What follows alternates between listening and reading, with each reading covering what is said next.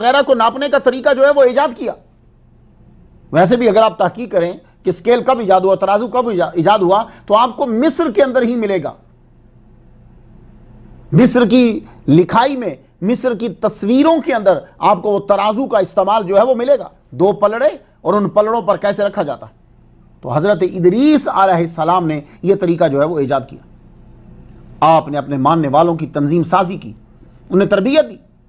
آپ کے دور میں قابیل کی آل نے فحاشی اور فساد زیادہ کر دیا تھا، تو آپ نے اپنے لوگوں کو اسلحہ بنانا پتھر سے سکھایا کہ کس طریقے سے جو ہے وہ اسلحہ بنایا جاتا ہے۔ تو اسلحہ سازی کا آغاز بھی ایک نبی نے کیا جس کو سب مانتے ہیں، حضرت ادریس علیہ السلام۔ تو وہ پتھر کو تراشا جاتا، تراش کر وہ نیزے کی شکل کا بنا کے آگے باندھا جاتا لکڑی کے اوپر، پھر اس کا استعمال کیا جاتا بڑے پتھر لے کر۔ تو اسلحے کی جو اقسام اس دور میں کام کرتی تھی، استعمال میں آتی تھی، آپ نے سب سے پہلے لوگوں کو بتایا کہ پتھر سے اسلحہ کیسے بنایا جاتا ہے۔ پھر آپ نے آرمی بنائی کیونکہ اللہ تعالیٰ نے آپ کو حکم دیا تھا کہ یہ برائی کو ختم کرنا ہے۔ یہ لوگ فحاشی پھیلا رہے ہیں، اڈلٹری جو ہے وہ عام ہو چکی ہے، یہ فحاشی ختم کی جائے، اللہ کے حکم کو نافذ کیا جائے، شرم و حیا کو لاگو کیا جائے۔ یہ ادریس علیہ السلام سے کہا جا رہا ہے، کیونکہ قابیلیوں نے جو چیز اس دور میں پھیلائی تھی وہ فحاشی تھی۔ اب آپ نے آرمی بنائی۔ ایک تو آرمی ہوتی ہے کہ جو سواری کے اوپر چلتی ہے، آپ نے آرمی کو دو حصوں میں تقسیم کیا، ایک جو گھوڑوں پہ سوار ہوتی اور ایک جو پیادہ چلتی۔ تو آپ نے دونوں بنائی، اللہ اکبر جل شانہ۔ پھر آپ کو جو ہے وہ جہاد کا حکم ہوا، آپ اپنی آرمی لے کر جہاد کے لیے نکلے۔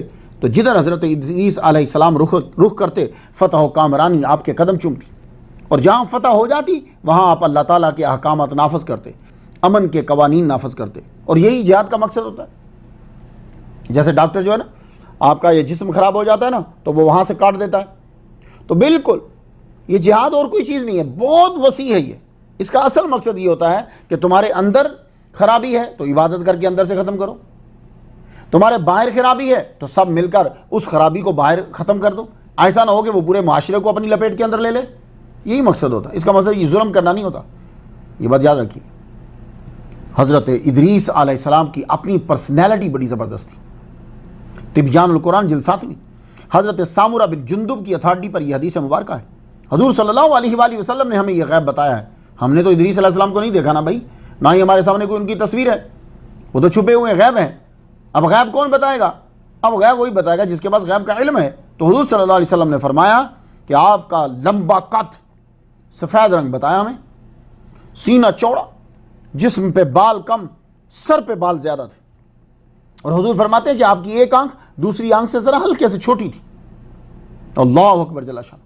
بابل میں آپ کی پیدائش ہے، تو بابل سے آپ مصر گئے، مصر سے فلسطین، ان علاقوں کے اندر آپ گھومے اور پھرے، اور دریائے نائل اس کے اوپر آپ اکثر رہتے اور بہت تسبیح کیا کرتے تھے۔ آپ کی عمر جب 500 سال ہو گئی تو اللہ تعالیٰ نے ایک عظیم بیٹا عطا فرمایا، متشالح۔ یہی بیٹا آپ کے بعد آپ کا جانشین ہوا ہے۔ ادریس علیہ السلام کی طرف ایک علم کی نسبت کی جاتی ہے، اسے علم الرمل کہتے ہیں کہ اس کے موجد بھی حضرت ادریس علیہ السلام ہیں۔ حضرت ادریس علیہ السلام نے جس طرح تمدنی زندگی کے آپ موجد ہیں، اسی طرح علم الرمل کے بھی کہتے ہیں کہ آپ موجد ہیں۔ مسند امام احمد میں کچھ مبہم سا حوالہ جو ہے وہ ملتا ہے۔ ان معاویہ بن الحکم سلامی قال قلت یا رسول اللہ ومنا رجال یخطون قال کان نبی من الانبیاء یخط فمن وافق خطہ فذاک۔ مسلم شریف باب تحریم الکہانہ، حدیث نمبر 537۔ یعنی معاویہ بن الحکم سلمی یہ کہتے ہیں کہ حضور صلی اللہ علیہ وآلہ وسلم کے پاس میں گیا تو میں نے کہا یا رسول اللہ، ایک بندہ ہے وہ یوں لکیریں کھینچتا ہے ریت کے اوپر۔ تو حضور صلی اللہ علیہ وسلم نے فرمایا کان نبی من الانبیاء یخط، نبیوں میں ایک نبی تھے کہ وہ یوں خط کھینچتے تھے۔ فمن وافق خطہ فذاک، اور جن کا خط جو ہے، جس کا خط جو ہے وہ اس سے مطابقت کر گیا، فذاک۔ اب اس فذاک کی تشریح کیا ہے؟ فمن وافق خطہ، یہ اس جملے کی نا فمن وافق خطہ فذاکا، اس کی تشریح جو ہے وہ ذرا مشکل ہے۔ علم رمل کیا ہے پہلے یہ سمجھ میں آ جائے، پھر اس حدیث میں گفتگو کرتے ہیں۔ علم رمل جو ہے سائنس آف جیومینسی، اس علم کا تذکرہ پرانی کتب میں ملتا ہے، اور اکثر جو لوگ ہوتے ہیں وہ اس علم کے بھی ماہر ہوتے ہیں۔ شیکسپیئر اس کا ماہر تھا، یہ بینجامن جانسن جو ہے یہ بھی اس کا ماہر تھا، یہ رمل کا۔ تو جو رمال ہیں، رمال یعنی رمال اسے کہتے ہیں، رومال نہیں، رمال جو علم الرمل کے ماہر ہوتے ہیں، وہ یہ کہتے ہیں، وہ کچھ کہانی سناتے ہیں علم الرمل کی، سٹوری ان کی کوئی پکی دلیل نہیں ہے، صدری ہے، بس سن کر آگے پہنچا رہے ہمیں۔ وہ یہ کہتے ہیں کہ یہ جو علم الرمل ہے یہ آدم علیہ السلام کا معجزہ ہے۔ آپ ایک مرتبہ سامودر کے کنارے بیٹھے ہوئے تھے، جس کو آج کل سمندر کہتے ہیں۔ یہ سمندر اصل میں سامودر ہے۔ تو آپ سامودر کے کنارے بیٹھے ہوئے ہیں، تو جبریل علیہ السلام آئے۔ انہوں نے آتے ہی کنارے کے اوپر یوں اپنی 4 انگلیوں کو یوں گاڑا ریت کے اندر۔ سمندر میں آپ دیکھیں نا جب بیٹھے ہوتے ہیں تو یوں گاڑا، بعض نے کہا نہیں یوں رکھا، 4 نشان جو ہے وہ بنا دیے، پھر ان 4 نشانوں کے برابر میں اور 4 نشان بنا دیے، یا تو یوں لکیریں نکال کے 4 لکیریں ایسے، یا ایسے 4 نقطے، پھر برابر میں 4 نقطے۔ آئینہ رمل نامی کتاب کے اندر موہن لال پنڈت نے یہ لکھا ہے کہ اس علم کی بنیاد 4 نقطے ہیں، ہر نقطہ اشارہ ہے ایک بنیادی عنصر کی طرف، آگ، پانی، ہوا، مٹی، 4 نقطے، 4 بنیادی عنصر۔ انوار الرمل یہ فارسی زبان میں ہے، اس کے صفحہ 3 پہ لکھا ہے کہ بعض استادان گفتند کہ علم الرمل معجزہ آدم علیہ السلام بود، کہ آدم علیہ السلام کا معجزہ ہے، تو انہوں نے بھی بعض کہہ کے جان چھڑا لی۔ تو آدم علیہ السلام کے بعد یہ علم ادریس علیہ السلام کو حاصل ہوا، ان کے بعد اس کے ماہر دانیال علیہ السلام ہوئے، پھر ارمیا، شایا، لقمان اور داؤد علیہ السلام پھر اس کے ماہر ہوئے۔ تو یہ کون کہہ رہے ہیں؟ یہ سینہ بسینہ بات چلی آ رہی ہے، دلیل کوئی نہیں ہے کہ آپ کہو گے کوئی قرآن اور حدیث سے کوئی دلیل ہو، نہیں، یہ ان کی کتابوں میں لکھا ہوا ہے۔ اب ان میں سے چونکہ کچھ مسلمان بھی ہیں رمال، اب جو مسلمان رمال ہیں وہ اس کے کرنے کا طریقہ کیسے بتلا؟ عامل کے لیے ضروری ہے کہ استاد سے سیکھے، باوضو اور پرہیزگار رہے، کم گفتگو کرے، کوئی اسرار بتانا ہو تو عاجزی کا اظہار کرتے ہوئے بتائے، ساتھ کہے اللہ نے چاہا تو ہوگا۔ عمل کرنے سے پہلے سورہ فاتحہ پڑھ کر تمام انبیاء خصوصاً ادریس علیہ السلام اور دانیال علیہ السلام کو ثواب دے، اور رمل ریت پہ ہونا چاہیے، اور ریت پاک ہونی چاہیے۔ اس ریت کو 1 گز لمبے اور آدھا گز چوڑے، 1 گز لمبے اور آدھا گز چوڑے تختے پر بچھائے۔ اور استاد عبد الرحیم رند نے اپنی کتاب رحیم الرمل میں لکھا ہے کہ عالم الغیب تو اللہ ہے۔ اب دیکھیں نا، یعنی جان پہلے چھڑا لینی ہے، تو عالم الغیب تو اللہ ہے۔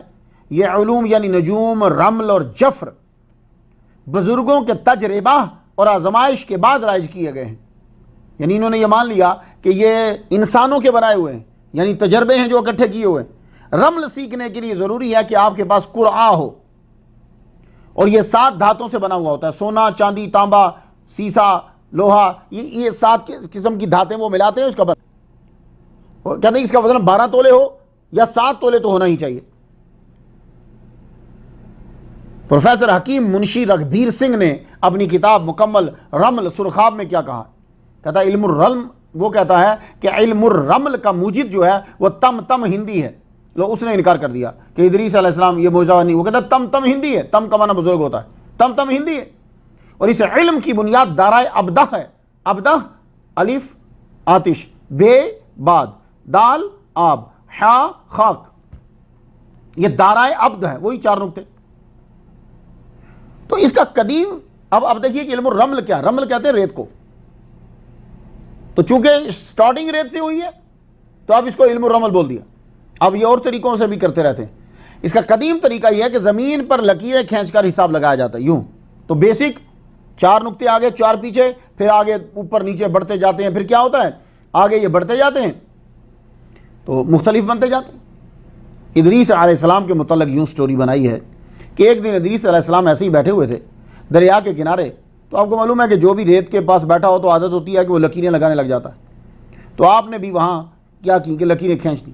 تو ایک اجنبی آدمی جو ہے وہ ظاہر ہوا, پوچھتا ہے یہ آپ کیا کر رہے ہیں؟ ایسے بولے نہیں, یہ تو ایسے بس لکیریں چلنے لگے. نہیں, یہ جو آپ نے فگرز کھینچے ہیں ان کا مطلب ہے. پھر اس نے ان 4 سے آگے فگرز بنائے تو انہیں آج کی زبان کے اندر جیامینٹک فگرز کہتے ہیں, اور یہ 16 ہیں.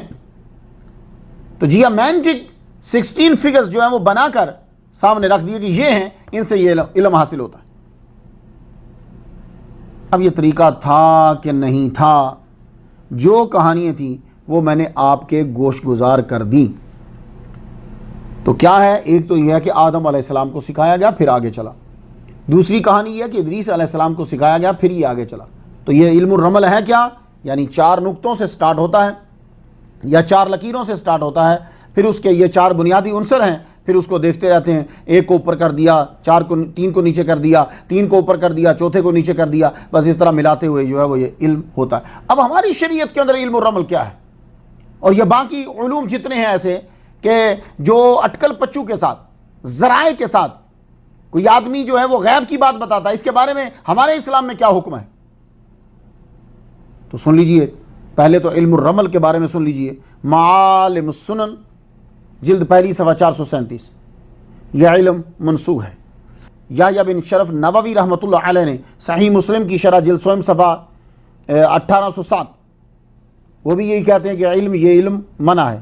اور علامہ ذہبی کا تو ایک حوالہ ہے کہ یہ ٹوٹلی حرام ہے.